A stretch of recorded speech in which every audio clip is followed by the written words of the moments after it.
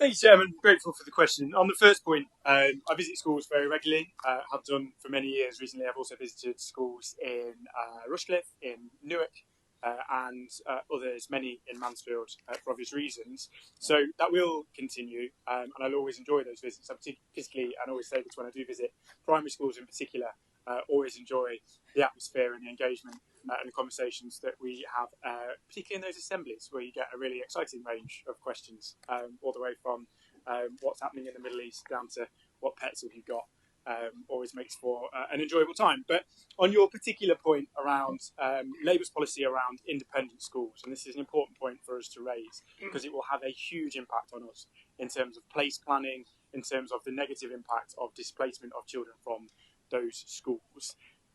It is ideological dogma. It is incorrect to suggest that all independent schools are somehow culturally the same as Eton or Harrow or some of the stereotypes that you see in the media. Most are small businesses with tight margins. Mansfield's only independent school, Savile House School, closed for financial reasons recently, which was a great shame. Most contribute to communities. Most share facilities with other schools. Most support their neighbouring schools. They offer scholarships to disadvantaged children. Some even drive their local economies. I think of Repton, for example, in Derbyshire, that is basically the biggest employer and contributes to the economy in that village. They are hugely important to communities. So they're also hugely important to us in place planning terms. Parents are both paying tax and not using the places, which are then available to other children. There are over 4,000 children in Nottinghamshire who attend independent schools. So Labour's policy to remove VAT exemption and rate relief could well lead to a 20% increase in fees for those children, for some 4,000 children. The idea that all parents who send their children to independent schools are rich and can suck it up is for the birds.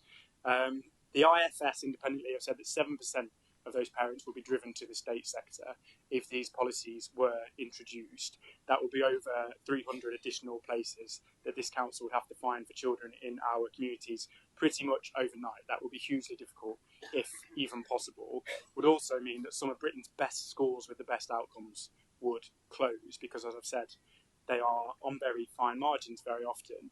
The reality is many parents make sacrifices to send their children to those schools, including my own school. I went to Derby Grammar School, an independent school in Littleover in Derby, and I did so because my primary school decided at the end of year 5 that they couldn't really deal with me anymore for all sorts of reasons. Mr. Chairman, I'll let you speculate as to what they might be.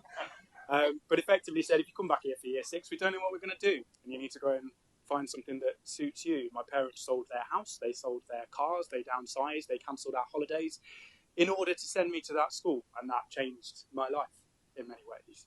So I recognise the importance and the sacrifices that many parents make. Those parents who made those sacrifices, like my parents did, would no longer be able to do that under this plan, and that is a travesty. But not only that, it is counterproductive.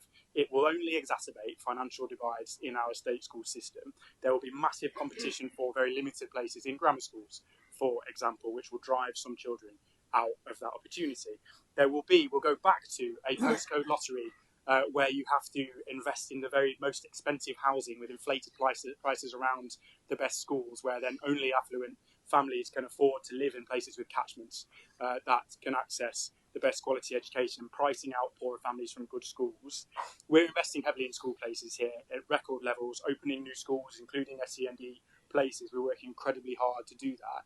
That job would be made much harder if Labour introduced this policy nationally. They've also got no indication of how they would fund the roughly 30,000 additional school places that the IFS suggests would be needed around the country. So I remain hopeful, Councillor Purdy-Horan, that when they're faced with the realities of delivering that policy, the Labour Party, we are unfortunate enough as a country to end up with them in government next year, won't be stupid enough to implement that policy.